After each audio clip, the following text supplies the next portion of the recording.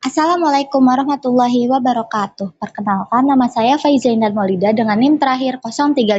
Di sini saya akan menjelaskan konflik perkawinan pada dewasa akhir.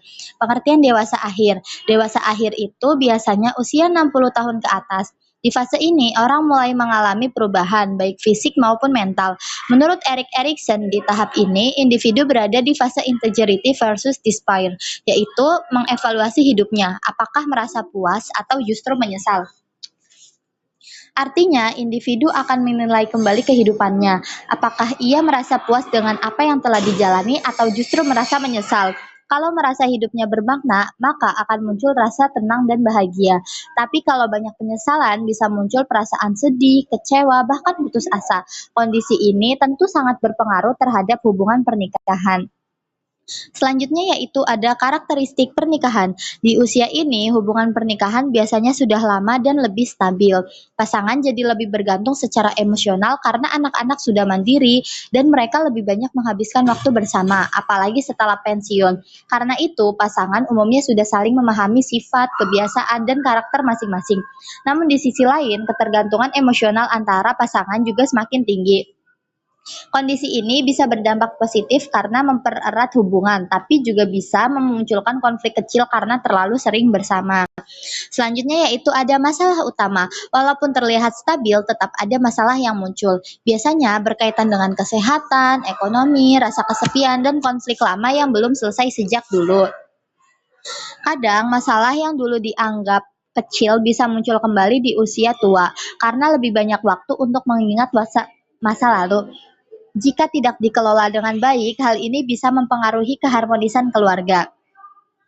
Selanjutnya yaitu ada masalah kesehatan. Di usia lanjut, kondisi fisik mulai menurun dan sering muncul penyakit kronis, yaitu seperti diabetes, hipertensi, atau penyakit jantung yang sering dialami lansia. Hal ini bisa membuat salah satu pasangan harus merawat yang lain, sehingga muncul kelelahan, stres, bahkan konflik kecil karena perubahan peran. Perubahan peran ini tidak selalu mudah karena bisa menimbulkan kelelahan fisik dan emosional. Jika tidak ada komunikasi yang baik, kondisi ini bisa menimbulkan rasa stres, kesal, bahkan konflik dalam hubungan. Selanjutnya yaitu masalah psikologis. Banyak lansia merasa kesepian, apalagi kalau anak-anak sudah tidak tinggal bersama. Selain itu, ada juga rasa takut kehilangan pasangan dan munculnya perasaan sedih atau menyesal ketika mengingat masa lalu. Di fase ini, individu juga sering melakukan refleksi diri terhadap kehidupannya. Jika merasa hidupnya belum sesuai harapan, bisa muncul perasaan menyesal, sedih, bahkan depresi. Semua kondisi ini bisa mempengaruhi kualitas hubungan pernikahan jika tidak dihadapi dengan baik. Selanjutnya yaitu ada masalah sosial. Lingkungan sosial biasanya mulai berkurang, teman-teman juga tidak sebanyak dulu. Lingkungan pertemanan biasanya semakin sempit karena jarang bertemu atau kondisi fisik yang tidak memungkinkan untuk aktif seperti dulu. Bahkan ada beberapa teman sebaya yang sudah meninggal yang bisa menambah rasa kehilangan. Hal ini bisa bikin pasangan lebih bergantung satu sama lain, tapi juga bisa menimbulkan kebosanan atau kejenuhan. Selain itu, anak-anak yang sudah dewasa biasanya memiliki kehidupan sendiri, sehingga interaksi dengan orang tua menjadi lebih jarang. Kalau hubungan ini baik, ini bisa memperkuat kedekatan, tapi kalau tidak, bisa menimbulkan rasa jenuh atau konflik. Selanjutnya yaitu ada masalah ekonomi. Saat pensiun, penghasilan biasanya menurun, padahal kebutuhan hidup tetap ada, bahkan bisa meningkat karena biaya kesehatan. Jika tidak ada perencanaan keuangan yang baik sejak awal, kondisi ini bisa menimbulkan stres dan ketegangan dalam hubungan. Perbedaan cara mengatur keuangan juga bisa menjadi pemicu konflik antar pasangan. Lalu selanjutnya ada kepuasan pernikahan. Kepuasan dalam pernikahan di usia ini sangat dipengaruhi oleh komunikasi dan hubungan.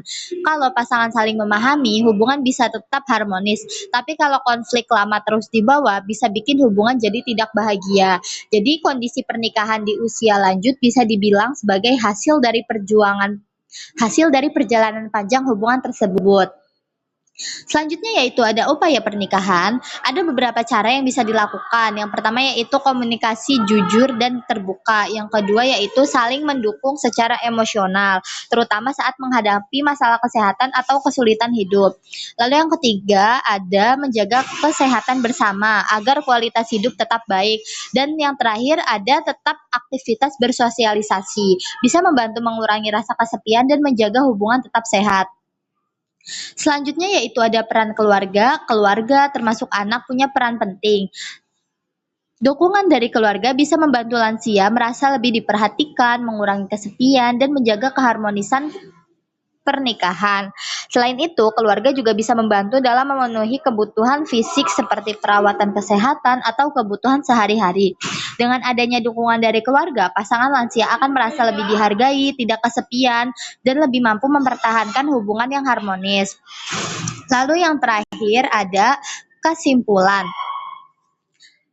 Pernikahan pada dewasa akhir memang cenderung lebih stabil, tetapi tetap menghadapi berbagai tantangan seperti masalah kesehatan, ekonomi, sosial, dan psikologis.